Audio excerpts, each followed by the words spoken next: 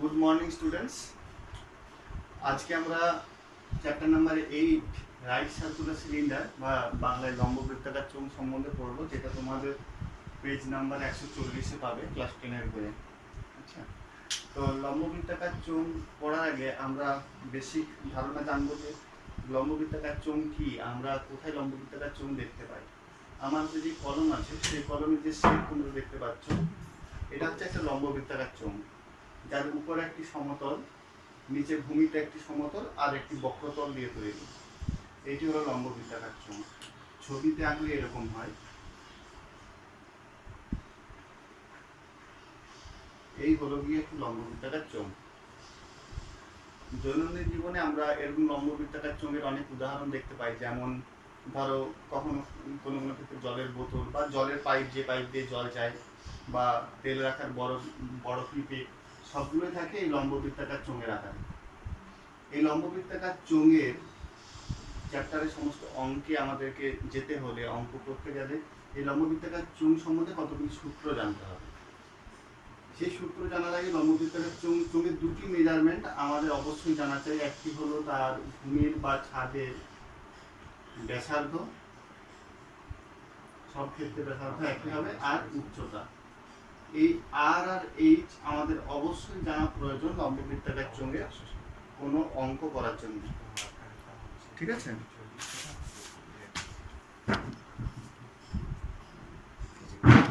লম্ববৃত্তাকার চোঙের আমাদের সিলেবাসের মধ্যে যে অঙ্কগুলি আছে, সেই অঙ্কগুলি সমস্ত কিছু কমপ্লিট করতে আমাদের দুটি সূত্র মূলত জানতে হবে। একটি হচ্ছে ক্ষেত্রফল, আর 2 নম্বর হলো গিয়ে আয়তন। ক্ষেত্রফল আমরা দুটো জিনিসের ক্ষেত্রে পাবো। এক হলো শুধুমাত্র বক্রতলের ক্ষেত্রফল। এই যে চোঙটি, এই যে লম্ববৃত্তাকার চোঙ বা সিলিন্ডার, এই চোঙটির দুটি তল, একটি সাইডের এই বক্রতল আর উপরে একটি সমতল, নিচে একটি সমতল। কখনো ক্ষেত্রে আমাদের এই শুধু বক্রতলের ক্ষেত্রফল বার করতে হয়। যখন ধরো জলের পাইপ উপর আর নিচ, জলের পাইপের ক্ষেত্রে ফাঁকা থাকে, তখন এখানে কোনো ঢাকনা থাকে না। সেক্ষেত্রে কি হয়, শুধু আমাদের এই পার্শ্বতল বা বক্রতলের ক্ষেত্রফল বার করতে হয়। তাহলে একটা ক্ষেত্রে কি হলো, বক্রতলের ক্ষেত্রফল,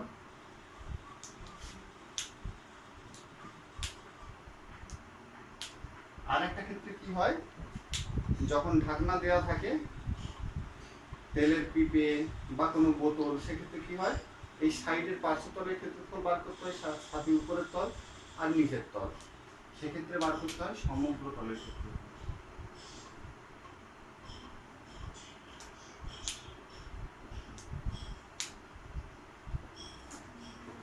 এখন আমরা এই সূত্রগুলি আবিষ্কার করার চেষ্টা করব, যে বক্রতলের ক্ষেত্রফল কি হবে, সমগ্র তলের ক্ষেত্রফল কি হবে।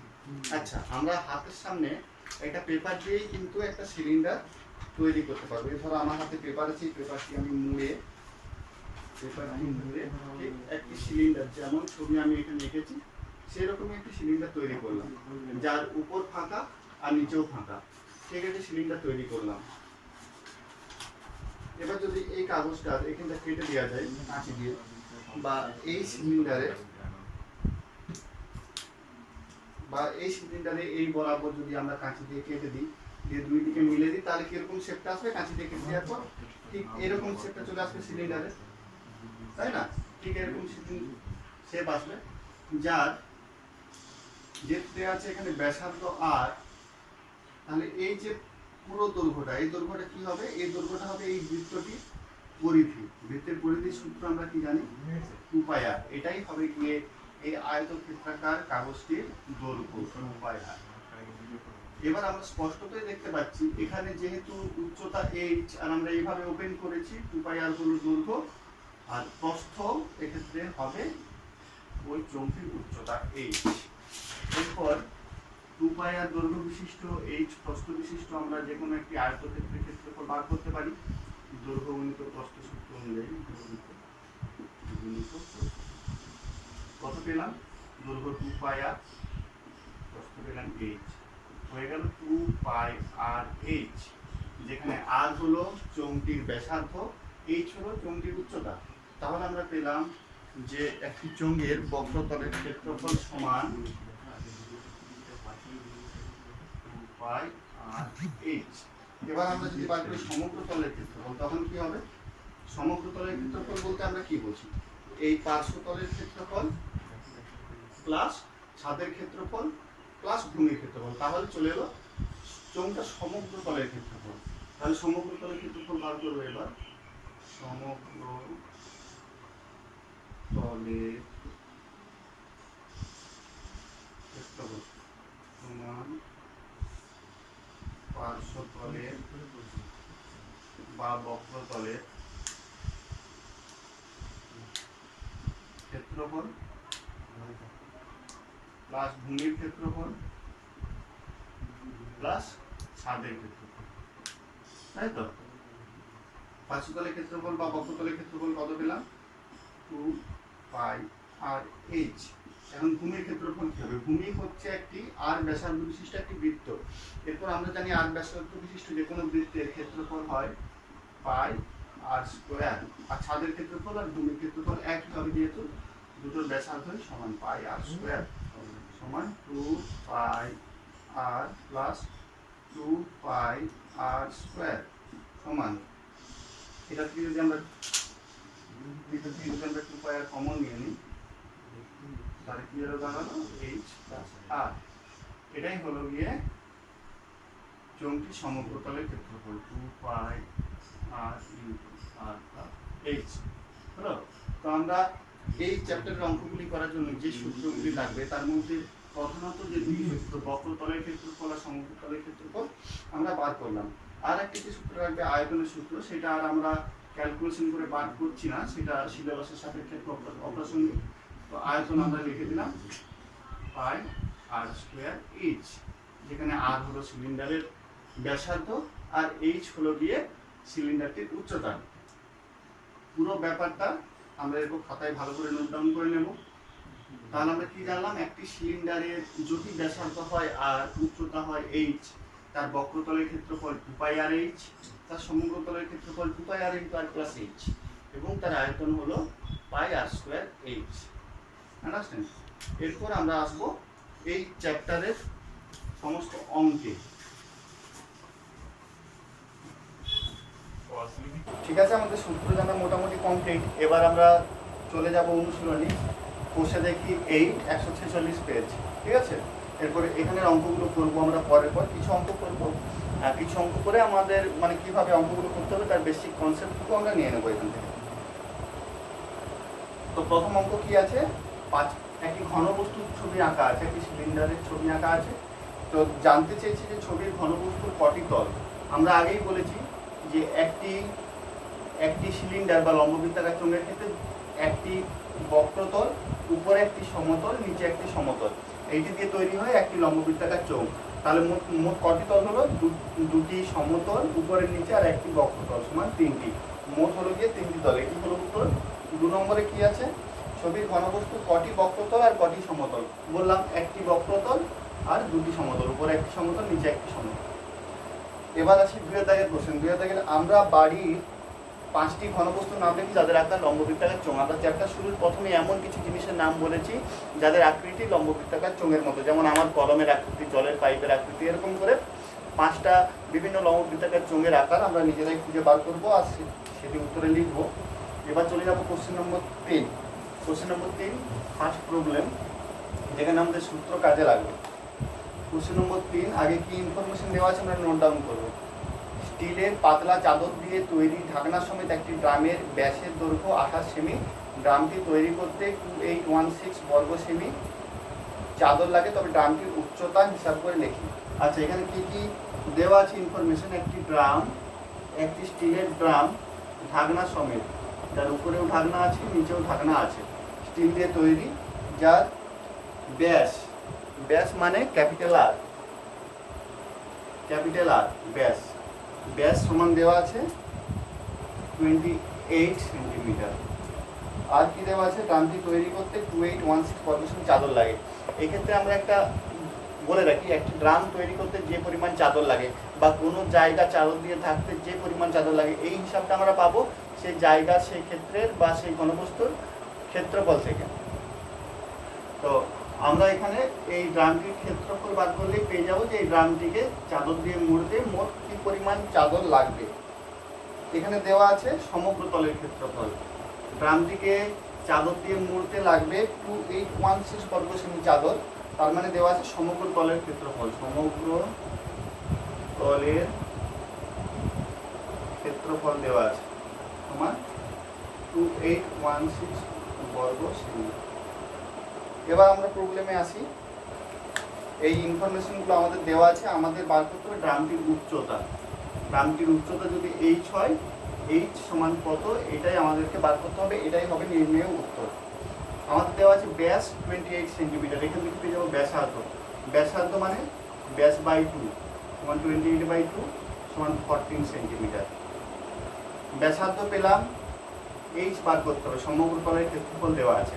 আমরা জানি সমগ্র তলের ক্ষেত্রফলের সূত্র, সমগ্র তলের ক্ষেত্রফল কোনো লম্ববৃত্তাকার চোঙের যদি ব্যাসার্ধ r হয়, উচ্চতা h হয়, তাহলে সমগ্র তলের ক্ষেত্রফল হয় 2πr × r + h, তাই তো? তো এখানে আমাদের r এর মান বসাবো, h এর মান পাবো। সমগ্র তলের ক্ষেত্রফল দেওয়া আছে 2816। পায়ের আর এর মান বসিয়ে দিই, পায়ের মান 22/7 × r এর মান 14 r + h 816।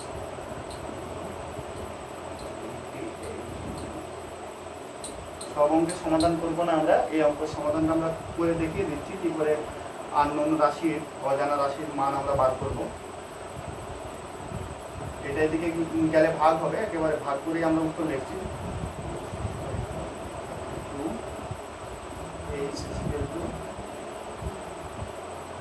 আর এর মানটা এখানেই বসিয়ে দেবো, আর এর মানটা বসানো হয় 14, h 14 এদিকে গেলে -32 - 14 হলো 18 সেন্টিমিটার। এটাই হলো গিয়ে নির্ণয় উত্তর, যে ড্রামটির উচ্চতা আমরা যেটা বার করতে চাইছিলাম, আমরা h বার করতে চাইছিলাম, h এর মান বেরালো 18 সেন্টিমিটার। তাহলে আমরা উত্তর লিখব ড্রামটির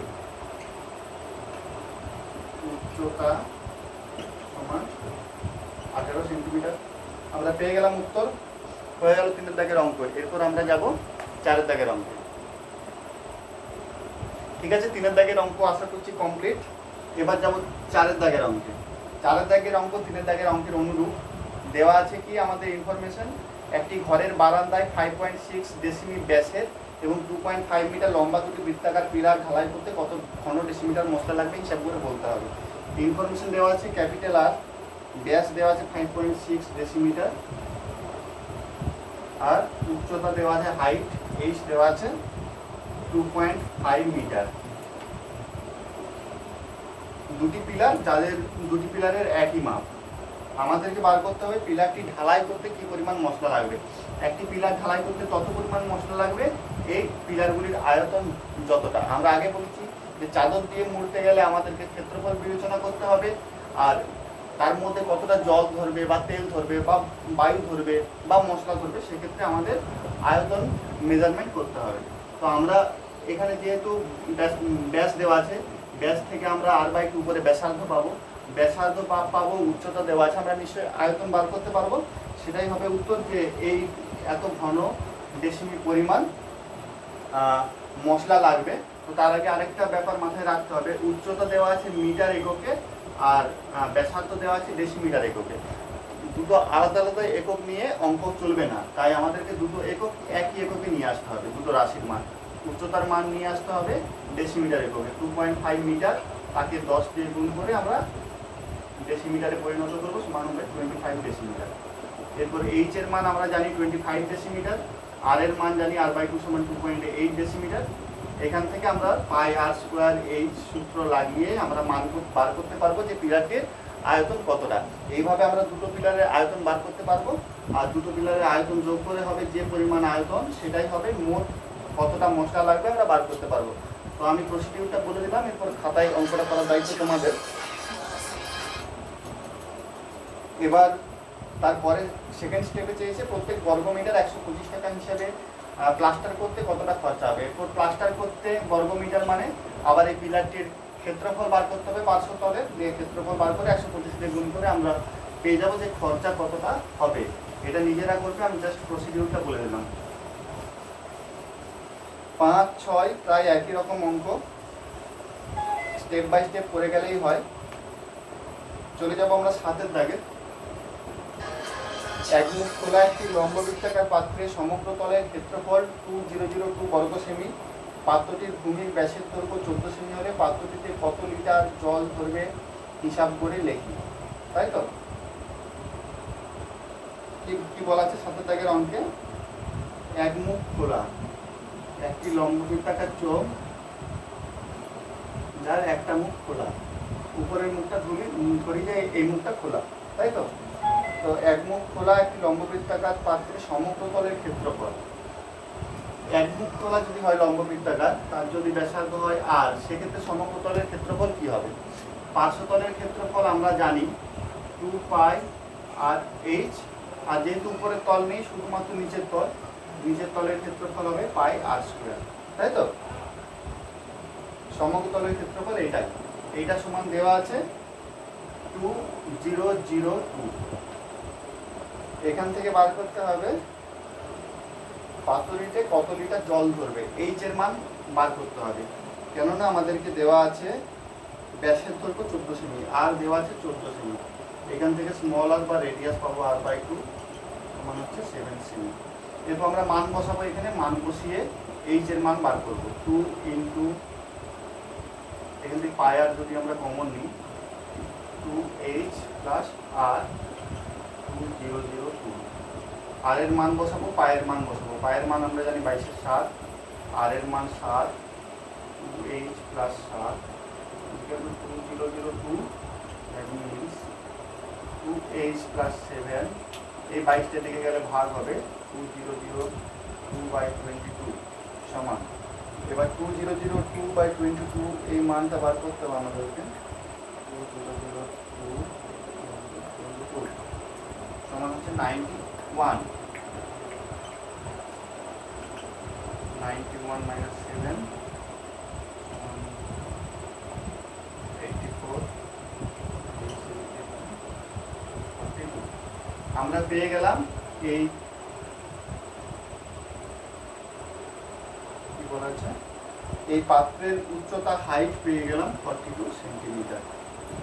এবার আমাদেরকে চেয়েছে যে পাত্রটিতে কত লিটার জল ধরবে। আগে বলেছি কত লিটার জল ধরবে মানে বার করতে হবে পাত্রের আয়তন। আর পেলাম 7, এইচ পেলাম 42, আর 7 এইচ 42। এখান থেকে আমরা বার করবো পাত্রের আয়তন। এখন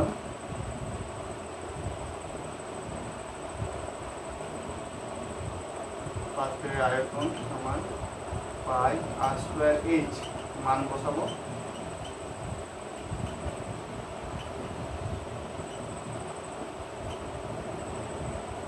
বাইশ ইন্টু 7 42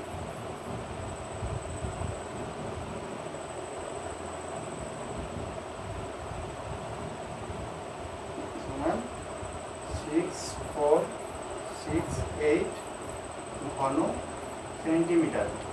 এত সেন্টিমিটার হলো পাত্রের আয়তন, তার মানে পাত্রটিতে এত ঘন সেন্টিমিটার তেল ধরবে। কিন্তু আমাদেরকে চেয়েছে যে কত লিটার তেল ধরবে, আমাদেরকে এই উত্তর চেয়েছে লিটার এককে। এবং ঘন সেন্টিমিটার থেকে ঘন ডেসিমিটারে ট্রান্সফার করতে গেলে কি করতে হয়? আমরা জানি 1 লিটার সমান হচ্ছে 1 ঘন ডেসিমিটার। 1 ঘন ডেসিমিটারে কি বলা হয় 1 লিটার। আমাদেরকে এখানে আছে ঘন সেন্টিমিটার, তাকে ঘন ডেসিমিটারে ট্রান্সফার করতে হবে। সেন্টিমিটার থেকে ডেসিমিটার করতে গেলে আমাদেরকে 10 দিয়ে ভাগ করতে হয়। 10 দিয়ে ভাগ মানে সেমি বাই 10 ইকুয়াল টু ডেসিমি। ঘন সেন্টিমিটার আছে, মানে ঘন সেমি কিউব বাই 10 কিউব মানে 1000 সমান ডেসিমি কিউব। ডেসিমি কিউব মানে ঘন ডেসিমি, মানে সেমি কিউবকে 1000 দিয়ে ভাগ করলে আমরা ডেসিমি কিউব পাবো। তাহলে এটা সমান হলো 6 আর 6 ভাজিত 1000 ঘন ডেসিমি। একক চেঞ্জ করলে আমরা ঘন সেন্টিমিটার থেকে ঘন ডেসিমিটার সমান 6.468 লিটার। লিটার মানে ঘন ডেসিমিটার। তো আমরা উত্তর পেয়ে গেলাম যে পাত্রটিতে এত লিটার তেল ধরবে, তাই তো? তেল চেয়েছে, কত লিটার জল ধরবে, অতএব পাত্রটিতে 6.468 লিটার জল ধরবে। এই হলো গিয়ে উত্তর। ঠিক আছে, এইভাবে আমরা সূত্র ধরে ধরে অঙ্ক করব। একটা অঙ্ক জটিল নয়, সব অঙ্কই সূত্র ধরে ইনফরমেশন নোট ডাউন করে সব অঙ্কই সোজাভাবেই হবে। আমরা একেবারেই চলে যাব কোশ্চেন নম্বর 19। কতগুলো এমসিকিউ টাইপের কোশ্চেন আছে যেগুলো করলে আমাদের কনসেপ্ট একেবারে ক্লিয়ার হয়ে যাবে। সেই 19-এর দাগের কোশ্চেনে আমরা যাব। 19-এর দাগের এ প্রথম কোশ্চেন, দুটি লম্ব বৃত্তাকার নিরেট চোঙের ব্যাসার্ধের অনুপাত দেওয়া আছে R1:R2। দুটি লম্ব বৃত্তাকার চোঙ, তাদের প্রথমটির ব্যাসার্ধ R1, দ্বিতীয়টির R2, তাদের ব্যাসার্ধের অনুপাত দেওয়া আছে 2:3। উচ্চতার অনুপাত দেওয়া আছে 5:3। H1 প্রথমটির উচ্চতা যদি H1, দ্বিতীয়টির H2, তাহলে H1:H2 দেওয়া আছে 5:3। এখন আমরা সাধারণ অনুপাত যদি R ধরে হিসাব করি, তাহলে R1 দ্বারাই 2R, R2 দ্বারাই 3R, H1 দ্বারাই 5H, H2 দ্বারাই 3H। এবার আমরা আমাদেরকে চেয়েছি তাদের বক্রতলের ক্ষেত্রফলের অনুপাত। তাহলে প্রথম সিলিন্ডারের বক্রতলের ক্ষেত্রফল কত হবে? 2π R1H1, আর দ্বিতীয়টির ক্ষেত্রে 2π R2H2। R1H1, R2H2 সব মান জানি, এরপর দুটো অনুপাত বার করব। তো প্রথমটির ক্ষেত্রে কত হবে? 2π R1 এর মান 2R কিন্তু H1 এর মান 5H।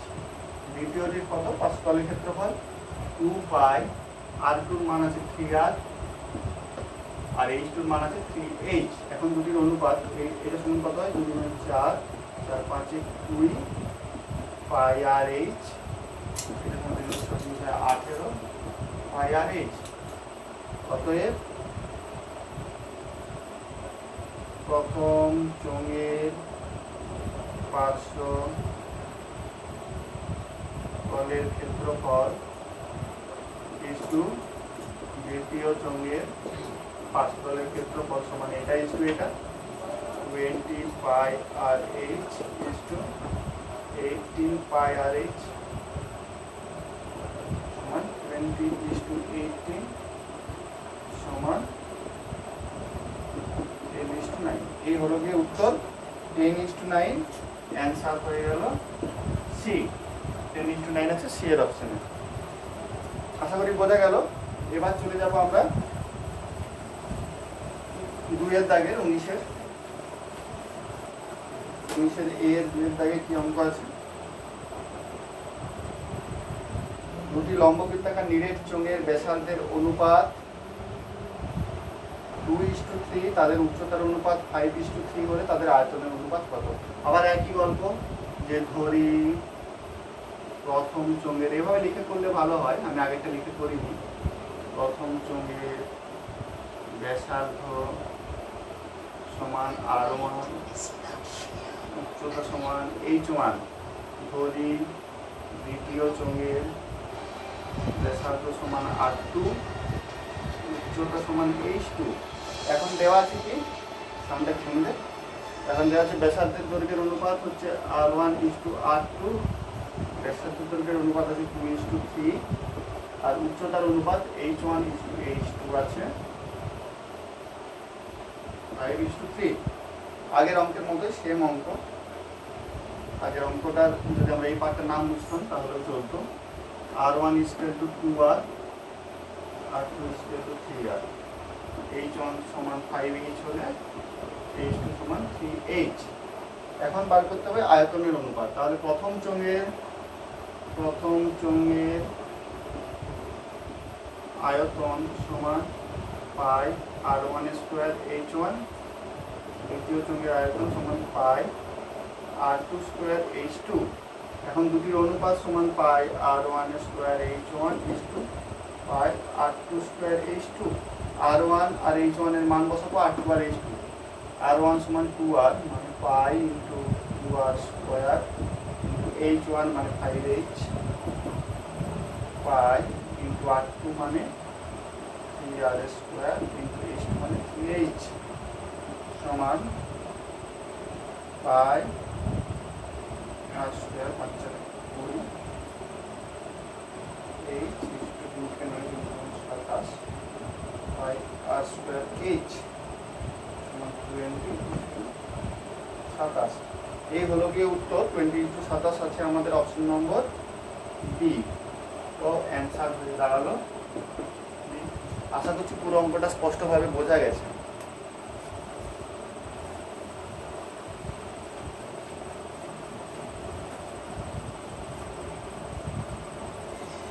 এবার কোশ্চেন নাম্বার 3, দুটি চোঙের আয়তন সমান, আয়তন ইকুয়াল বলা আছে, উচ্চতার অনুপাত দেওয়া আছে, তাদের ব্যাসার্ধের দৈর্ঘ্যের অনুপাত বার করতে হবে। ধরি প্রথমটির উচ্চতা h1, দ্বিতীয়টির উচ্চতা h2, তাহলে h1:h2 দেওয়া আছে 1:2। এবার ধরে নিই প্রথমটার ব্যাসার্ধ r1, দ্বিতীয়টার r2। h1 সমান h হলে h2 হবে 2h। এখন হচ্ছে প্রথমটির আয়তন পাই r স্কয়ার। এখন প্রথমের আয়তন হচ্ছে পাই r1 স্কয়ার h1 আর দ্বিতীয়টির হচ্ছে পাই r2 স্কয়ার h2। প্রশ্নানুসারে কি বলা আছে যে দুটো আয়তন হচ্ছে সমান, তাই তো? তো দুটো আয়তন সমান বলা আছে প্রশ্নানুসারে। এখন r1 আর h1 এর মান বসাবো। r1 r2 এর মান আমরা জানি না, শুধু h1 এর মান বসাবো। পাই r1 স্কয়ার h1 এর মান h equal to pi r2 square h2 এর মান 2h। গাইস পাই পাই দুটোই পাই আছে, পাই কাটাকাটি হয়ে যাবে, h টাও কাটাকাটি হয়ে যাবে। r1 square equal to 2 r2 square, that means r1 by r2 whole square equal to 2 by 1। r1 by r2 equal to 2 by 1. That implies r1 is to r2 1. r1 আর r2 অনুপাত পেলাম √2:1। Answer গিয়ে দাঁড়ালো B, তাই তো? আশা করছি বোঝা যাচ্ছে অঙ্কগুলো। এবার চলে যাব 4 লম্ববৃত্তাকার চোঙের ব্যাসার্ধের দৈর্ঘ্য অর্ধেক ও উচ্চতা দ্বিগুণ করলে চোঙের আয়তন হবে পূর্বের চোঙের আয়তনের কত? ব্যাসার্ধ যদি দ্বিগুণ করা হয়, r' যদি করা হয়, ব্যাসার্ধ দৈর্ঘ্য অর্ধেক, r' যদি অর্ধেক করা হয় আর উচ্চতা যদি দ্বিগুণ করা হয়, h যদি করা হয় 2h, তাহলে চোঙের আয়তন পূর্বের চোঙের আয়তনে কত হবে? তো প্রথম যে চোঙ ছিল r আর h, আর ব্যাসার্ধ h উচ্চতা বিশিষ্ট, তার আয়তন ছিল পাই r স্কয়ার h। নতুন যে চোঙ r' ব্যাসার্ধ আর h' উচ্চতা বিশিষ্ট, তার আয়তন হবে পাই r' স্কয়ার h'। এখন r' আর h' এর মান বসাই, pi r square by 4 into 2h সমান pi r square h by 2। তো পূর্বের আয়তন ছিল পাই r স্কয়ার h, উপরে পাই r স্কয়ার h বাই 2। তাহলে নতুন যে আয়তন, নতুন যে চোঙ, তার আয়তন পূর্বের চোঙের আয়তনের অর্ধেক, তাই তো? তো উত্তর হবে, অ্যান্সার হলো হয়ে গেল সি। এবার চলে যাও 5 দাগের। একটি লম্ববৃত্তাকার চোঙের ব্যাসার্ধের দৈর্ঘ্য দ্বিগুণ উচ্চতা অর্ধেক করা হয়, বক্ষতলের ক্ষেত্রফল পূর্বের চোঙের বক্ষতলের ক্ষেত্রফলের কত হবে? আচ্ছা, আবার একই ধরি প্রথম চোঙের পূর্বের চোঙের ব্যাসার্ধ আর উচ্চতা h, আর নতুন চোঙের ব্যাসার্ধ আর আর উচ্চতা h'। তাহলে r' সমান কত আসবে? r' যদি করা হয় ব্যাসার্ধের দৈর্ঘ্য দ্বিগুণ 2r, h' যদি করা হয় h বাই 2, সেক্ষেত্রে আমাদেরকে হিসাব করতে হবে বক্ষতলের ক্ষেত্রফল। তো প্রথম পূর্বের যে চোঙ ছিল তার বক্ষতলের ক্ষেত্রফল 2 পাই r h, আর নতুনের 2 পাই r' h'। r' আর h' এর মান বসায়, 2 পাই r' মানে 2r, h' মানে h by 2 2 pi r h। এটা আর এটা সমান, তাহলে প্রথম চোঙ আর দ্বিতীয় চোঙের বক্ষতলের ক্ষেত্রফল থাকবে সমান। অ্যান্সার এ যে সমান থাকবে, কোনো পরিবর্তন হবে না। ঠিক আছে, আপাতত এই পর্যন্তই। এবার 19-এর দাগের শুধু বিয়ের অঙ্কগুলো আমরা বলে দেবো যে কোন বিবৃতিটি সত্য কোনটি মিথ্যা, তাই তো। তো একটি লম্ব চোঙাকৃতি ড্রামের ব্যাসার্ধের দৈর্ঘ্য আর এবং উচ্চতা ইসিমি, ড্রামের অর্ধেক জলপূর্ণ থাকে, জলের আয়তন হবে পায় আট স্কয়ার ইঞ্চ সমান। এটা সম্পূর্ণ ভুল। জলের আয়তন হবে মোট ড্রামের যে মোট আয়তন তার অর্ধেক। ড্রামের মোট আয়তন দাঁড়াবে পায় আট স্কয়ার ইঞ্চ যদি ব্যাসার্ধ আর হয় আর উচ্চতা এইচ হয়। আর যদি অর্ধেক জলপূর্ণ থাকে তাহলে আয়তন এর ড্রামের আয়তনের অর্ধেক হবে, তাই তো। তাহলে প্রথম এক একটা আছে ভুল। 2 নম্বর, একটি লম্বরূপাকার চোঙের ব্যাসার্ধ 2 একক হলে চোঙটির যে কোনো উচ্চতার জন্য চোঙটির আয়তন ও বক্ষতলের ক্ষেত্রফলের সংখ্যামান সমান হবে না। উচ্চতা বাড়া কমা করলে চোঙটির আয়তন আর বক্ষতলের ক্ষেত্রফলের ওঠানামা করবে অবশ্যই। তো 2 নম্বরেরটা হবে ভুল। ঠিক আছে।